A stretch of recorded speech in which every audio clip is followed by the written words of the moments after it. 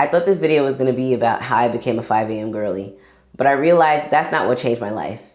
Honestly, it was one habit that trickled down and helped me start believing in myself again, and that's what started the domino effect of where I am today. I joined Pilates, and Pilates isn't magic. You know, it could be you joined swimming, you started walking.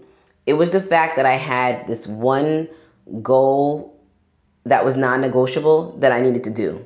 You know, November of 2025, I went to this free Pilates class at IMX Pilates. And I had tried Club Pilates before and I wasn't in love. But when I took the class at IMX, I really enjoyed it. I ended up buying like a 10 pass class. And me and my friend were going to the 6 a.m. class. And then we started going like Monday, Wednesday, Fridays. We were consistently showing up at this 6 a.m. Pilates class. And prior to this, I was not a morning person. Like Isaiah used to be my alarm clock. He started school 7:15, 7:20. That boy be waking me up like it's time to bring me to school. And I would bring him to school. And then half of the time I would come back home and go back to sleep, okay? And wake up at like 8:45 because I work from home and I would just, you know, throw something on or be in my pajamas and get to work in my office. It's funny that I went to class the other day and I went to a later class and I told the girls like, no, I'm a 6 a.m. girly. I'm just here later today. And they were like, oh my God, how you do that? And I'm like, girl, if you would have asked me this a few months ago, I'd be like, I ain't coming nowhere, no 6 a.m. Because 6 a.m. class means you up at 5. You for me, I gotta use the bathroom. I gotta wash my face. I gotta get ready to go to Pilates. And then I leave around like 5:45, 5:50. So it's like you're a 5 a.m. girly because you're waking up to be at the gym at 6. Because I kept showing up for Pilates, I became a morning person without even really trying to become a morning person. Waking up for the 6 a.m. Pilates class was something I committed to doing, and I was just doing it those 3 days. And in time, I started to just wake up other days at the same time, even though I didn't have Pilates. You know, February of 2026, I joined Orange Theory. I started doing Orange Theory Monday, Friday. And then I told someone like, yeah, my late day. Sheena Garcia is saying that her late day is at 6:15. Because for me, it felt like a late day because when I go to Pilates at 5:45, 5:50, it's dark outside. When I'm going to Orange Theory around like 6, I leave the house and it's brighter outside. So it felt late. And it's crazy how like my mind changed from that. Like now I'm coming home at like 7:15 and I'm outside dressed, already got my steps, already closed my ring, picking up Zay for school, okay? That trickled down. So that was February. End of March, I started the 90-day lock-in because I realized even though I was waking up and I was going to Pilates and I was doing Orange Theory, I still wasn't getting enough steps because you don't really get steps when you're in Pilates. So I wasn't moving after the class, so I was just doing Pilates. Orange Theory days, I would leave with like 4,000 steps, but I still wasn't hitting 6,000. So during my 90-day lock-in, I set it up where I would do 6,000 steps a day. At the end of the 90-day lock-in, I decided the last 20 days that I was going to do 10,000 steps a day. And I ended the month of June hitting 10,000+ steps every single day of the month. Like I went from struggling some days to hit 3,000 steps to last month hitting 10,000+ steps every single day. When you start keeping promises to yourself, you start to trust yourself again, and then you start to make more promises. It comes to the fact that I'm out here cooking and trying different recipes, using chat to help me, because now that it's like working out is not something I'm trying to do. It's just what I do now. Like, and that to me is crazy. Like I'm even waking up early, and I had a work trip last week. I woke up at 4:45 in the morning so I can go in my gym in the garage, and I worked out for an hour. I did 30 minutes of strength, 30 minutes of cardio. My biggest thing is I think that when we're on these journeys that we do too much too quick. Like number one, if you're trying to change your life significantly, you can't be trying to change 15 things in 1 month. Start with one little thing, one habit that you'll commit to for a period of time, and then eventually you can add some more things on there. So for me, it was Pilates. I'm going to go to Pilates 3 to 4 times a week. Going to Pilates 3 or 4 times a week, because it was at 6 a.m., because I was getting up at 5 a.m., it now trickled down to me waking up other days at that same time. And that's how Orange Theory came in. That's how working out at home came in. I'm no longer that person that is sleeping when it's time to go to school. Like, I already started my day. I already did what I wanted to do. And now I'm bringing you to school. And I love that for me. I was telling someone the other day, I was like, I love the person that I'm becoming. Like, I feel like Sheena of 2015. If you was here back in 2015 on my YouTube or on my TikTok, you know what I'm talking about.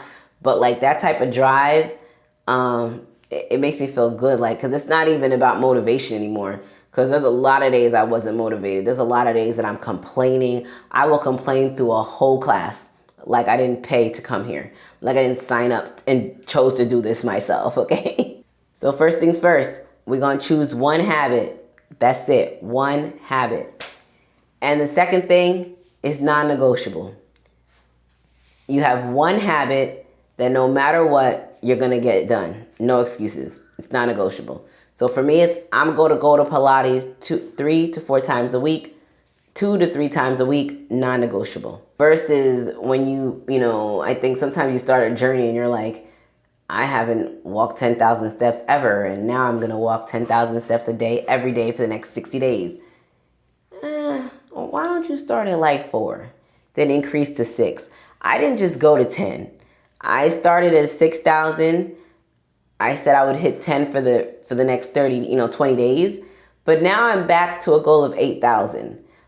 Because for me, I need a break. I would like to have some days where I don't have to get 10, where I could just do nothing. Some people want to do it every day for the whole year. You got to focus on where you are on your journey and build from there.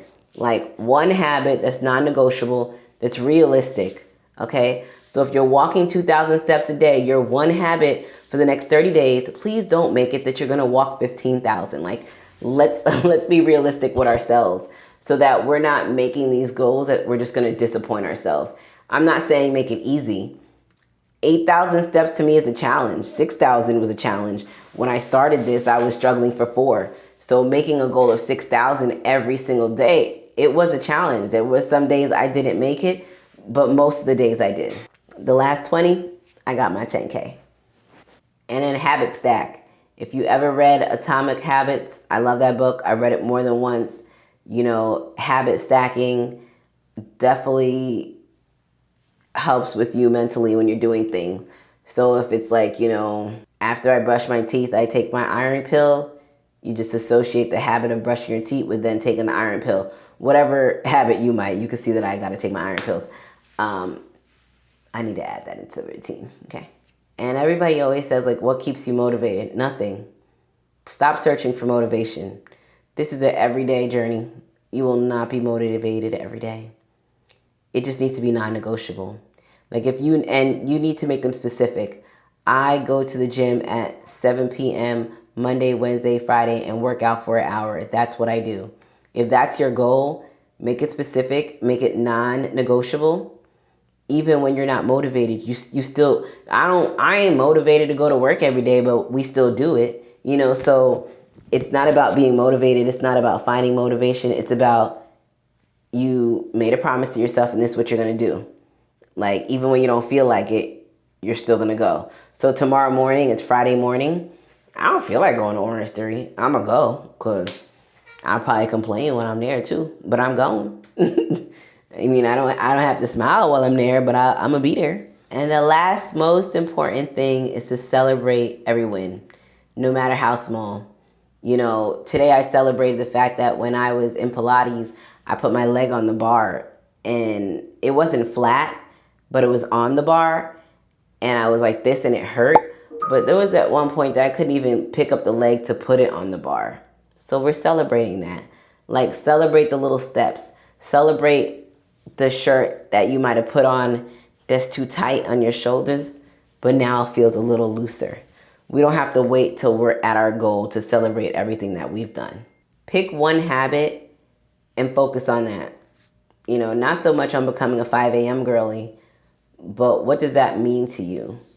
My biggest habit coming into July is tracking my food to see how much protein I'm getting in, to see how much water I'm drinking, to see how much fiber I'm getting in, because for me, I'm a girl who wakes up and go work out. I feel like I'm going into my 98th Pilates class on Monday. Like, so that's my identity now. I don't even have to try for it. I gotta tell myself that, okay? That's all a lie, guys. But sometimes you gotta tell yourself that. But now that I really identify as that person who works out, who wakes up and goes, staying in. Sometimes you need to rest. Like I needed to rest the last 3 days. I took a little. I went to Pilates the other day. I did have a few rest days. I think Sunday, Tuesday, because I was going hard in June and my body was tired. I'm also adding a monthly massage into my routine. I've changed my Orange Theory membership to once a week instead of twice so I could work out at home. I'm just doing whatever I need to do work for me. Me even thinking about this one habit made me even think about YouTube. I put so much pressure on myself sometimes because I do want to grow on YouTube. I want to monetize, to be honest, and I'm not there yet. And I want these 20-minute videos, but then what happens is I don't show up at all.